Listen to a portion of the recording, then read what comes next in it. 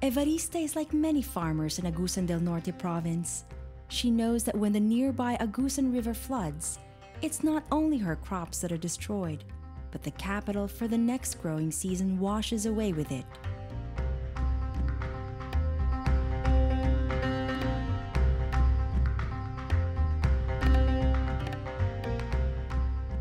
Naka-harvest ko. Ang katunga ra po na harvestan kay nadaot po sa lunop ang uban.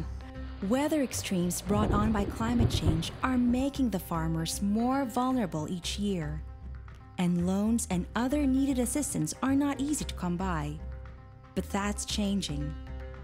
The International Labour Organization, together with its partners in the Climate Change Adaptation Project, or CCAP, a component of the MDG-F Joint Program in Climate Change, is offering several new initiatives to help vulnerable farmers cope with the risks brought about by climate change. It has two objectives. First is to develop and test financial safety nets for climate-vulnerable populations, especially women. And the second objective is to develop their capacity to participate in this and to avail of the benefits through diversified economic schemes. It's a long journey, from doing a baseline to choosing the priority LGUs where we will be testing this financing package, and then doing the actual farming value chain to look at more closely how the farmers are doing and who are the other players they're interacting with, and to identify specific interventions. 3 models of an innovative integrated financial package have been tested: the cooperative or co-op model, the rural bank model, and the local government unit LGU loan facility.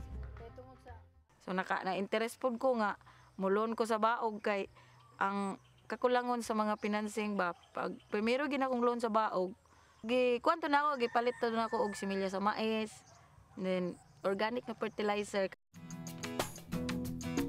Evarista is one of the beneficiaries.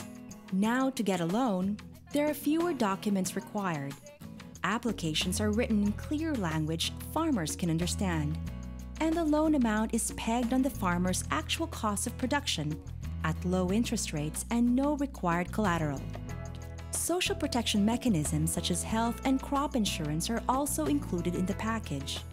The cooperative and rural bank models, in addition, include savings plans so farmers have something to rely on when hard times happen. Kailangan talaga nilang mag-ipon para sa time na na hindi maganda ang kita nila at saka yung alternative. Importante talaga nandoon yung alternative. The inspiration for the innovative LGU loan facility came from the pioneering efforts of the municipality of RT Romualdez, which was looking for an incentive to get its farmers to adopt organic farming and green production methods. Nga amo silang maingganyo nga mo-adapt sila sa organic agriculture. So tungod anto ni extend mi og rice production loan sa farmers. It's not about loans. There is financial literacy, and there is a farmers field school to learn recommended and new farming techniques. Ang among mga staff sa agriculture nagtudlo po sila namo sa mga pamaagi sa pagpanguma. Under CCAP, the financial services were connected to giving farmers ideas about other ways to earn income for their families. Shonita is a co-op member.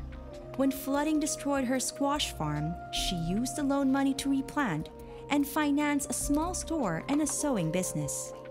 Adunay nagkalain-lain na income sa akong panginabuhi para makasuporta ko sa akong pamilya.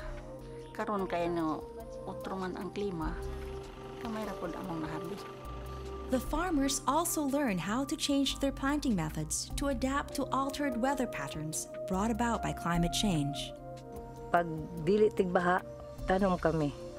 Pero maski kagaya kuman parehanan ini, dili kami sure na ini dili mabahaan. Pero pag sugal na lang kung moabot ang tubig na amo lang ining gisugal namo pagtanom kay para naamang goy mong suporta sa amo sa financing. Before getting a loan, the farmers learn how to manage and save the month. The skills they learn make them more prosperous.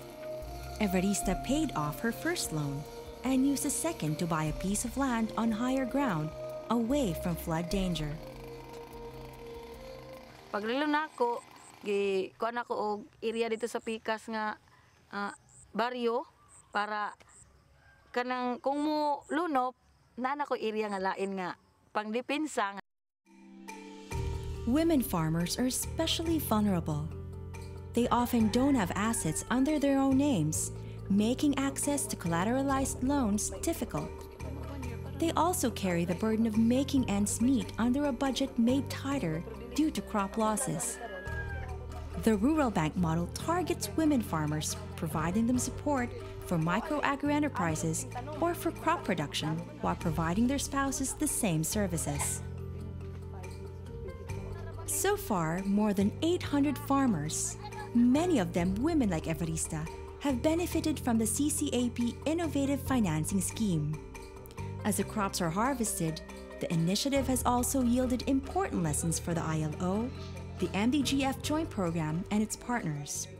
This project has demonstrated the richness of participation of various agencies as well as institutions. What really stood out is that you really need to understand the communities that you're working with and to simply facilitate their developing the options or the strategies that would work for them. Kanang nakalon ako, medyo alwan ang financing pag kuan sa dako sa imo mga ininim tanom.